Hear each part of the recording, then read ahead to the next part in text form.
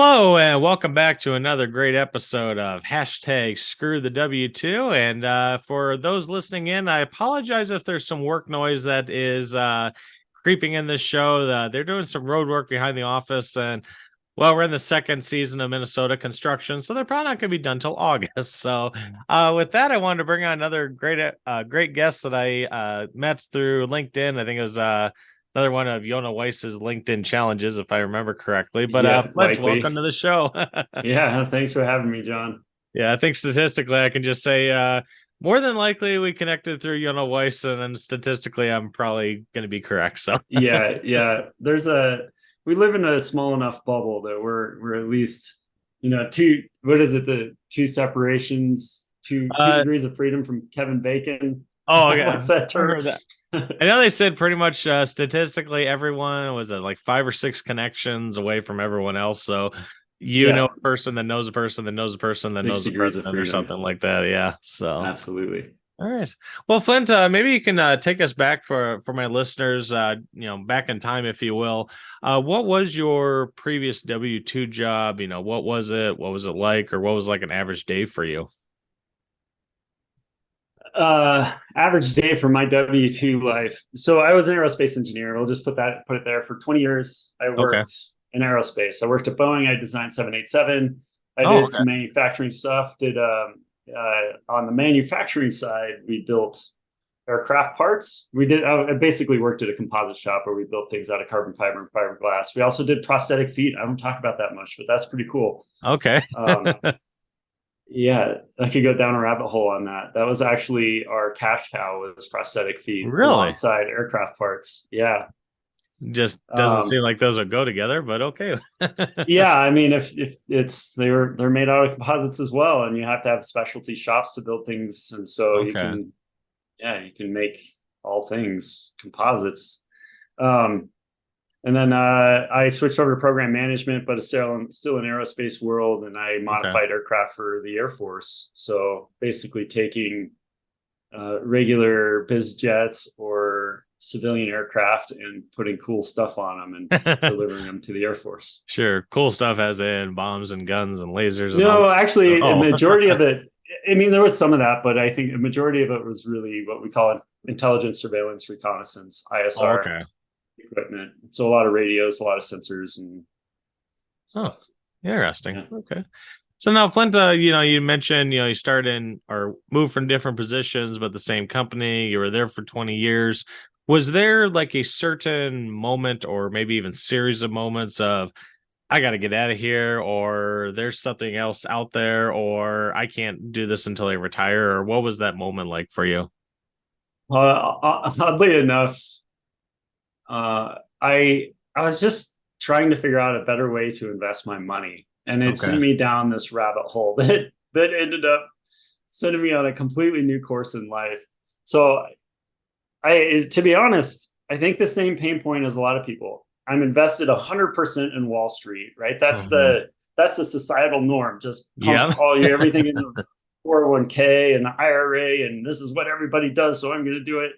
But then how do I get better at it? Like, how do I invest in stocks better and be more successful? And I was like, what am I doing? This is to me, my Flint's opinion, the stock market is based on emotion more than anything. Yeah. So someone sneezes and the stock will tank. You have Elon that buys Twitter and Tesla stock tanks. Yep. So if we compare this to commercial real estate, Tesla has a revenue. They're running on a given day with a given revenue. Elon buys Twitter, and all of a sudden Hmm. Tesla is worth less. You're like, Yep. the revenue didn't change that day, did it? No. Exactly. Versus commercial real estate, it's driven by the revenue, not net Yeah. operating income. So if someone sneezes, the value doesn't change. So that's where I was like, okay. And I didn't even get this is like even before I discovered commercial real estate. I said, you know what? I've heard of these people that own single family homes. How about I own a single family home? And I went down that rabbit hole. I ended up buying a duplex. I did the BRRRR strategy: Okay. buy, rehab, rent, refinance, repeat. Um, and then when I did that with a duplex. I did it remote. I'm in Denver. This was in Milwaukee. Long story short, It was painful. I didn't get the cash out refi that you're supposed to get. Right. I didn't lose money. I actually made money on the deal over the years. That's good There's a really ways. great story out of it, but I won't go there. And I realized, so here's the key point on that. That was a lot of work. It was a ton of capital, and the returns from a monthly passive cash flow standpoint weren't that great. I Okay. was actually, on average, I was getting $300 per unit. So I was getting $600 a month, which you think, oh, cool, an extra $600 a month. That's awesome. Yeah. But then you're like, okay, how do I get to the point where I'm 100% real estate passive income? How many more units how many more of those do I have to do? I Yeah. had to do 50, and I calculated I have to do 50 before I'm willing to jump out of my W-2, and said, screw this. I got to do something different. I found syndications. But Okay. so that was like my real estate path. But in doing so, I realized along the way that there is a way to get out of my W-2. I was living in parallel, I'm living the rat race. Yeah. I am working super long hours. I have incredible stress. I have a ton of responsibility. And I'm just fighting for my next 3% raise at the end of the year. And maybe I'll get a promotion within the next 5 years. It'll be 8%. And then what am I doing with my life? Right. Mhm. I love aerospace, but the romanticism and excitement of aerospace when you're in the grind day to day, it's not as exciting. I'm just spreadsheeting and I'm PowerPoint engineering, and it's just a grind, and I'm not happy. Mhm. So that's when I finally discovered, when the two aligned, I'm not liking my W-2 job, and holy cow, there's potential to just be a real estate investor. Yeah. This is awesome. And all of a sudden, like, a whole new world opened up for me, and I pursued real estate extra hard, and here I am. Okay. And Yeah. now you mentioned Flint, kind of did this parallel paths, but then not, contend with your W-2 and then went to syndication. How long did that take you to make that transition? And then with that, do you remember what your last day of work or when your freedom day was? Yeah, it was 3 months ago, 4 months Oh, ago. okay. Um, yeah, it was January this year. So we're recording this in May 2nd. So I quit January 15th. Okay. Yeah, I think I bought that duplex in 2018, but I started my commercial path educating myself probably somewhere around 2019, and I started Okay. really becoming active more in 21. Okay. And then so I mean, everybody's pace is different, but I'd say by the time I became truly committed in 21 to quitting in January 23, it's like 2.5 years Okay. to get to that point, 2 to 2.5 years. Oh, good. Yeah, I always like asking the question, do you remember your freedom day? I mean, mine was let's see, September 3rd of 2019. And then there's others like, well, I think it was August of 22, I think. I mean, it's just kind of this very vague uh area or something on the calendar. Yeah. But No, no, this was, I think it's a very notable date, January 15th. okay. Sounds good.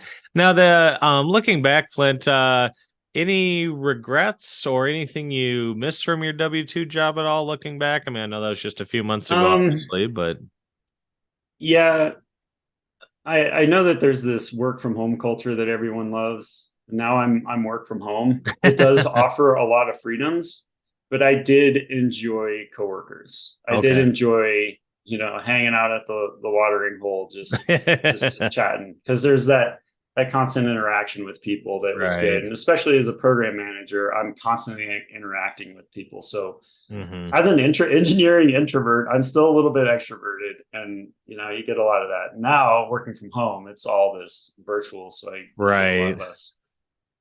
Yeah, it helps, but yeah, it's not quite the same as being in front of people and the camaraderie, if you will, with your Yeah. coworkers. So, but Yep. now with that, Flint, and we're like you said, we're just down to month 4 now of your journey. Even though it's only been a few months, what's been the best part of your journey leaving that W-2 workforce lifestyle to becoming an entrepreneur, real estate investor?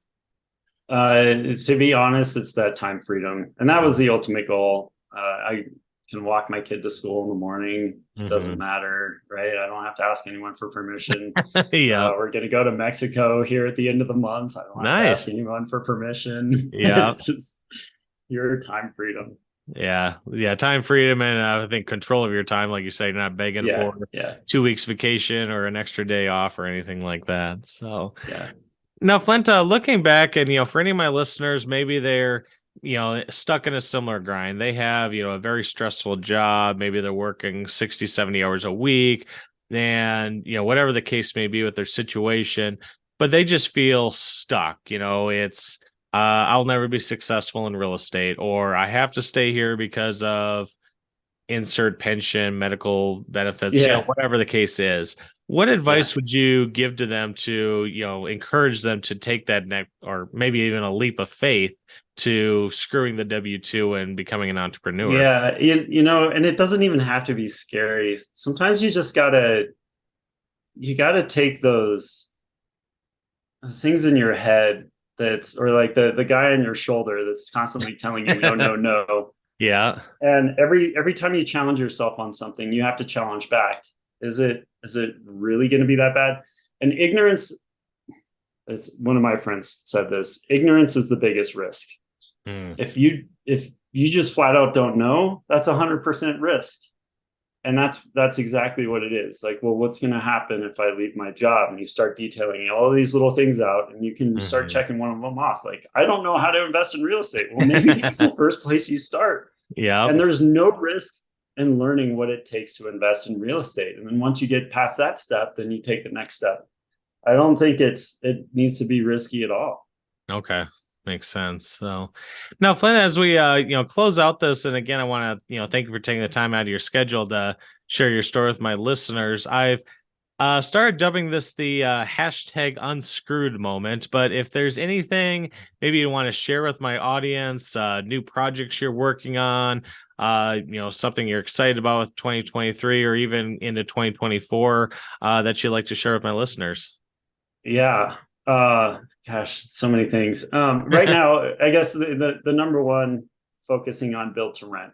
Okay. So I don't know if you've talked about that much on here, but to put it, the 30-second explanation is we call it like horizontal multifamily, where Hmm. it's managed like an apartment building, but you have a property of single family homes. So you have a Right. community of homes but you manage it as a commercial property. You have amenities, and your tenants are just living in a single family home. So it's the best Okay. compromise for all of those millennials who are priced out of homes. It's the best Hmm. compromise as they're building families to get out of apartments and live in a house, but they can still afford to rent, Hmm. and it costs less than the cost of buying a new home. Right.